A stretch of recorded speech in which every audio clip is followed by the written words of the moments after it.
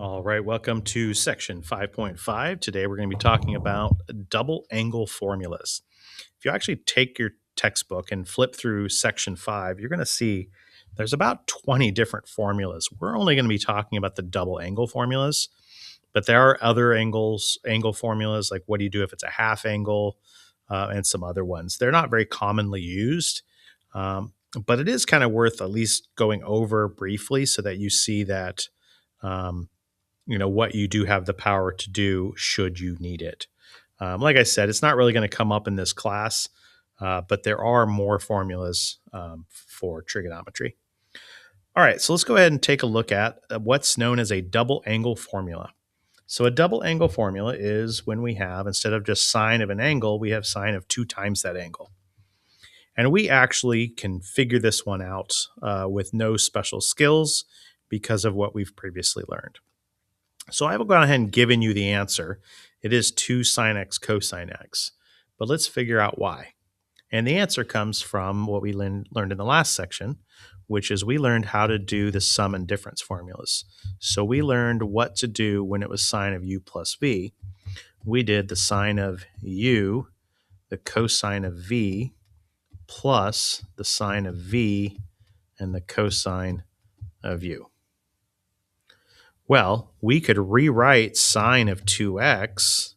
Sine of 2x is simply x plus x. So this is just sine of x plus x. And if we treat it like that, then we can use our sum formula, which we just wrote over there. Both of u and v are x's. So what would that look like?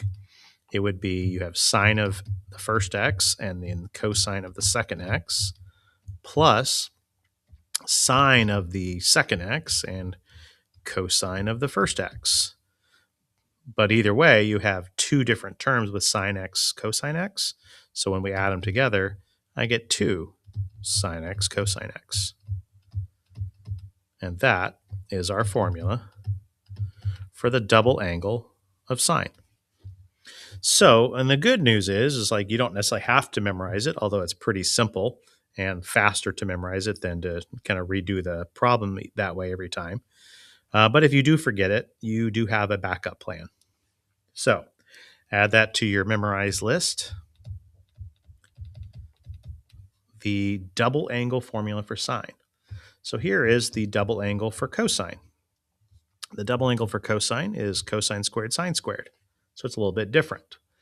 Once again, we can use our cosine of u plus v formula, our sum formula, which is cosine u cosine v minus sine u sine v. So we're going to think about cosine of 2x being cosine of x plus x, which means we'll have cosine of the first angle, x, and cosine of the second angle, x, minus sine of x and another sine of x, which equals cosine squared x minus sine squared x. And there is how we can derive that formula. Also, very simple, very logical, easy enough to memorize. So, worth knowing. Add this to your memorized list. As a backup, you can use the sum formula for cosine. All right, let's move on to, actually, we're going to talk a little bit more about the double angle formula for cosine, because there are going to be times when turning a single like cosine into something with cosines and sines is going to be annoying. So we also want to know, or at least be familiar and easy to make it easy to convert. Let's think about this not in terms of cosines and sines, but let's think about it only in terms of sines. In other words, we're going to use our Pythagorean theorem, sine squared x plus cosine squared x equals 1. And we're going to think about it as, in this case, cosine squared x we know is equal to 1 minus sine squared x. So that means I can take my double angle formula and I can convert it. So I can turn cosine squared into 1 minus sine squared x minus sine squared x. Don't really need the parentheses. I just kind of put them there to differentiate that that's just the cosine squared piece. So this is just 1 minus sine squared x minus sine squared x, or 1 minus 2 sine squared x. So if in the future you need to convert a cosine 2x into something else, and you don't want two trig functions, you could turn it into this. Full disclosure, I don't have this memorized, but I do know I can quickly do it when I need it, and so it's just as good because it was very fast. So I only have the main one memorized, and then I bend it to my need using other identities to do conversions. All right, and so then we could do the same thing and think about the double angle formula for cosine in terms of cosine. So we can turn cosine of 2x from cosine squared x minus sine squared x. And we know back up here, I could have written this as sine squared x equals 1 minus cosine squared. So then I can convert this and say cosine squared x minus, this time I do need the parentheses because it's a subtraction, 1 minus cosine squared x, which gives me cosine squared x minus 1 plus cosine squared x. And so cosine of 2x, the double angle formula for cosine, we could also simply know it as, looks like 2 cosine squareds minus 1. Once again, I do not have this memorized, but if I need all cosines, I know I can convert it. All right, last up is my good friend, the double angle for tangent. So here is the answer. Let's quickly show you how to get it. And once again, I argue you already know how to do it. You could either use the tangent formula, or you could use what we just learned above and convert it into tangent. So again, we could either use tangent of u plus v, which is equal, and this one I don't really have as memorized as well. It's in my head now, but in a week I probably won't trust it again. It's going to be tangent u plus tangent v over 1 minus tan u times tan v. So with that in mind, I can do tangent of 2x is equal to tangent of x plus x, and then use our formula, which is going to be the tangent of the first one plus tangent of the second one over 1 minus tangent of the first x and tangent of the second x. Or in other words, tangent plus tangent is 2 tangents, and tangent times tangent is tangent squared.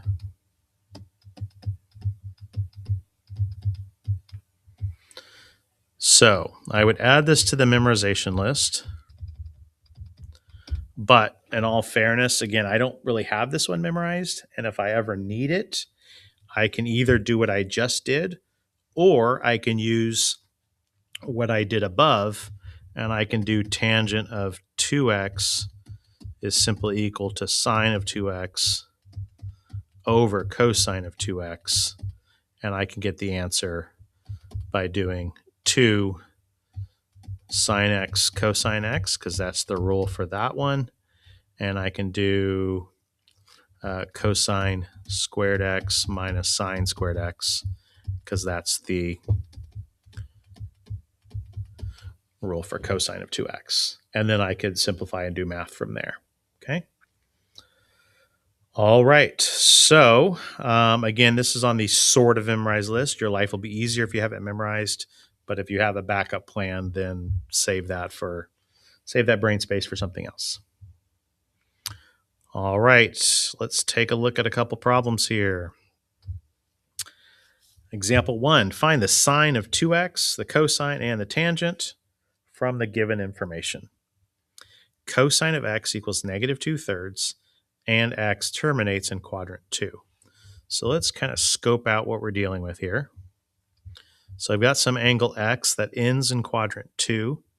Its cosine is 2/3. So that means this is 2, this is 3. Since it's over here, this is a negative. Little Pythagorean theorem, I get 9 minus 4, which is 5. And so this would be the square root of 5 if we need it. And that's a positive because we're in quadrant 2. So I think we've got what we need. Now let's just do our math. Sine of 2x is equal to 2 sine x cosine x. So that's 2. And then sine of x, we go to our little triangle that we made, and we get root 5 over 3. And cosine, which they gave us, or we go to our triangle, and we get negative 2 over 3. And so we get negative 4 root 5 over 9. So this sign is negative. So sine of 2x. So we know what x looks like. It's this angle, right? So sine of 2x would be an angle that's double that. So that's going to put us down, somewhere down here in this area. So we would expect it to be a negative. Let's do the cosine of 2x. That rule is cosine squared x minus sine squared x. Easy to confuse that with something else, like the Pythagorean theorem. So just keep it straight in your head how they're different. Excuse me. All right, so once again, I'll go to my triangle. The cosine of x is negative 2/3. And I'm supposed to square that. Minus the sine is root 5 over 3. And I'm supposed to square that. So I get 4/9 minus 5/9. Looks like I get negative 1/9. Okay. Feel like maybe I should check my work on that because it came out too pretty. But I think I'll trust it for now. All right, and next I need the tangent of 2x, which again, I could scroll up and grab one of the formulas or the formula.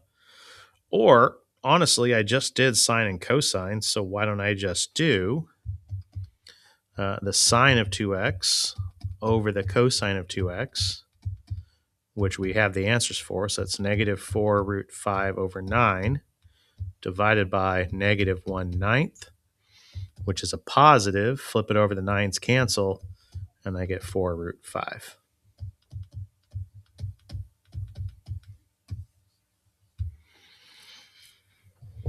Okay, there we go. And I think I have one final example here. Oh, a part A and a B, so never mind, 2 examples. So now we're solving equations. And so I'm looking at this problem, and before learning what we learned today, or I suppose, the sum and difference formulas, I really wouldn't have a place to move because I don't really know what to do here, right? There is no obvious step to take. I'm just thinking in my head for a minute. I mean, maybe it's as easy as I'll take a look at something, but let's find it the right way. And then I have a question to see if this works another way. So I can't factor sine x out because, yes, there's a sine in both, but they're sine of different things. So that doesn't work. So my only option is to use my conversion formula. So sine of 2x is 2 sine of x cosine of x. minus sine x equals 0. And now I'm pretty excited because on almost all problems, I'm assuming factoring is going to play a role. Sometimes it doesn't, but I'm assuming it does. In this case, factoring a sign out will get it into factors. And now I can set each factor equal to 0.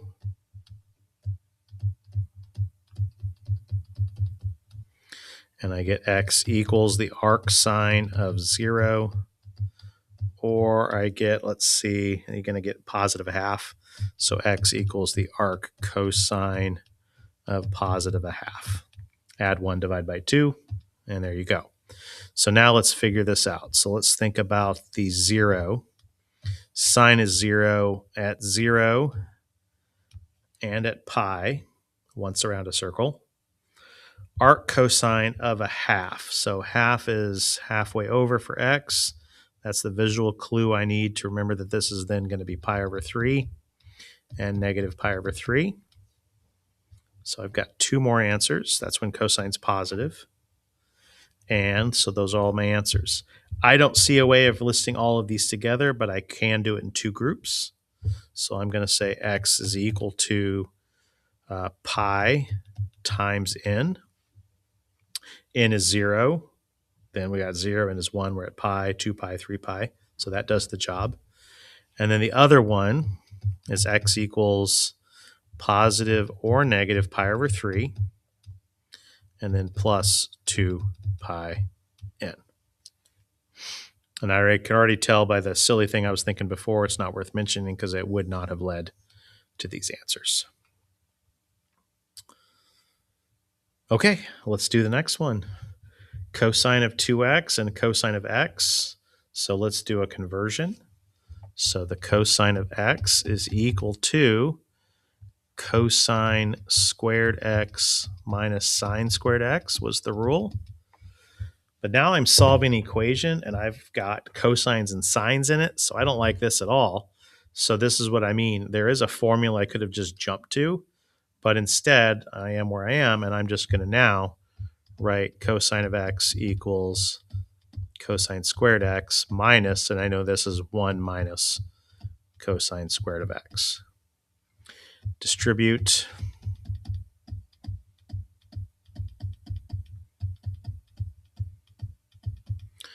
All right, so what am I left with here? I've got cosine of x equals 2 cosine squared of x minus 1. Ooh, looks like we're going to have a trinomial factor. I'm going to move over the cosine.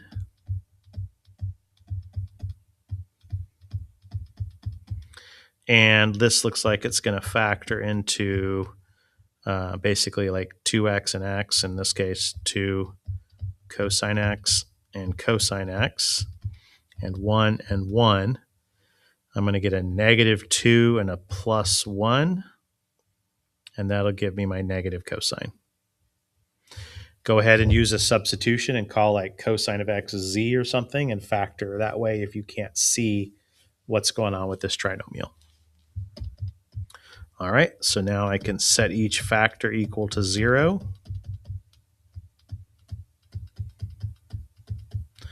And let's see, subtract 1, divide by 2. So x equals the arc cosine of negative 1/2. And I get the cosine of x equals 1. So x equals arc cosine of 1. So now I'm going to draw a circle. And let's see, my screen blanked on me for a minute. Let's see if it comes back. And it's back. All right. Where is cosine negative 1/2? Again, my visual clue of I'm at x at 1/2, negative 1/2. And so that's going to be pi over 3. So this looks like a 2 pi over 3 here and a 4 pi over 3. And then where is cosine going to be 1? Cosine is going to be 1 right here. And I've done this enough where I can tell already what's going to happen here. But maybe you don't notice it and you take a different approach. But what we actually have is we have a distance of 2 pi over 3 between each of our three answers. They're all symmetric. And so I can just say x is equal to 2 pi over 3 n. If n is 0, then we've got our 0. If n is 1, we're at 2 pi over 3. N is 2, we're at 4 pi over 3. N is 3, we're at 2 pi. So that gets the job done. Okay, I hope you can see now how the double angle formulas can come into play as we are solving trig functions. All right, seek me out if you need some help.